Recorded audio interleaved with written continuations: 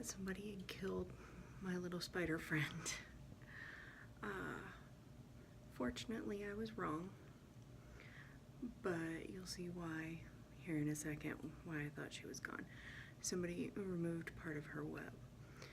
Thankfully, because I'm a weirdo, I got down and I checked in the very, very back of where she lives, and she's still in there.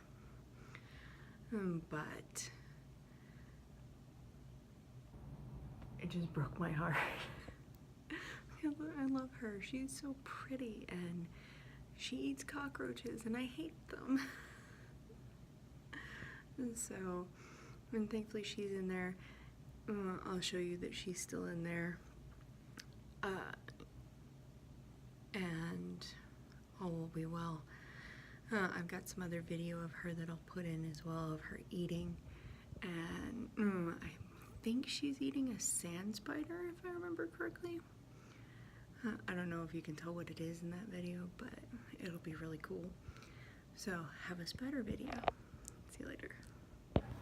Okay, so if I have the other video you've seen where her web was reaching out, you can see that it's not there anymore. But if I get down, how far? Yeah, there you go. Oh, she's in there. I think the light scared her. But she's back in there. Thank goodness. I was worried about her.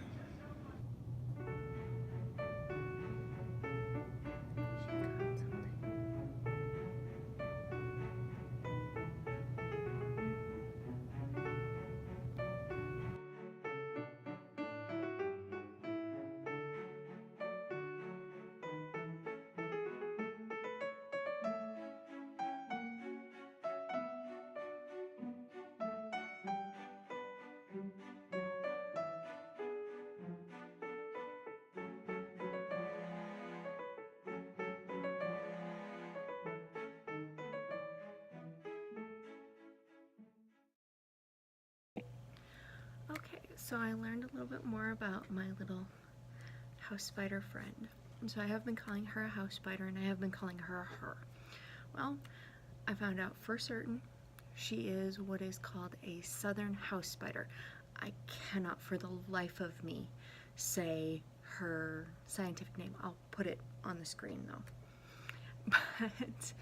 But so I learned that her species has sexual dimorphism, which means that the males and the females don't look anything alike, really. The males actually apparently often get mistaken for brown recluse spiders, and the females are, well, as you've seen, they look a lot like our little friend. So the males have slender bodies, longer legs, and are usually light brown. Females are dark brown or black, like our little friend, have shorter legs and bulbous bodies because she got the spider booty. So we know for a fact she is female. We know for a fact she is a house spider. They are from a genus that are, I'll put the scientific name down here, but they're called crevice weavers. So they build their webs in corners, in holes, like the one she has her web in that, I think it's an old radiator. So that's kind of cool. The males, on the other hand, are wandering spiders. They, as far as I can tell, only build webs once they've found a female they want to mate with. So they build a web around her web, and they tap on the web to get her to come out so that they can go through this mating ritual that can take hours, apparently. Sometimes they scare the shit out of each other, and they have to, I guess, sit there and stare at each other for a little while and stop being freaked out and get on with it. So that's kind of interesting. So I know for a fact now that she is a she. based on those things, and based on her size, her shape, her color, and the fact that she has a web at all. The males actually apparently can come off as quite aggressive. They're really not. Their mouth parts are too small to effectively break human skin. They are, of course, like all spiders, venomous. Whether you'll have a reaction to the venom or not is, of course, based on you, but it's not super likely from what I'm able to tell. And they're not super likely to bite you unless you seriously threaten them. I'm sure you've seen in the videos where she runs off if, you know, I breathe on her web, she freaks out. Or when I shine the light back there, she, you know, hit a little bit further, hit those little legs. And, but apparently they are also mostly blind, which is why the males come off as threatening, because they don't care. They don't care about humans. They can't really see you. You're too big for them to eat. They'll walk across you and not even care. You'll care, or you might care, but they don't. So that's kind of cool. Apparently when they're threatened, they tend to play dead, because I guess that works for whatever their common predator is. I couldn't find what generally eats them. I'm gonna guess probably birds and stuff. I don't really know. I couldn't find any information on that, but it's kind of interesting. So I probably need to name her, because she will probably be my friend for quite a while since I discovered her.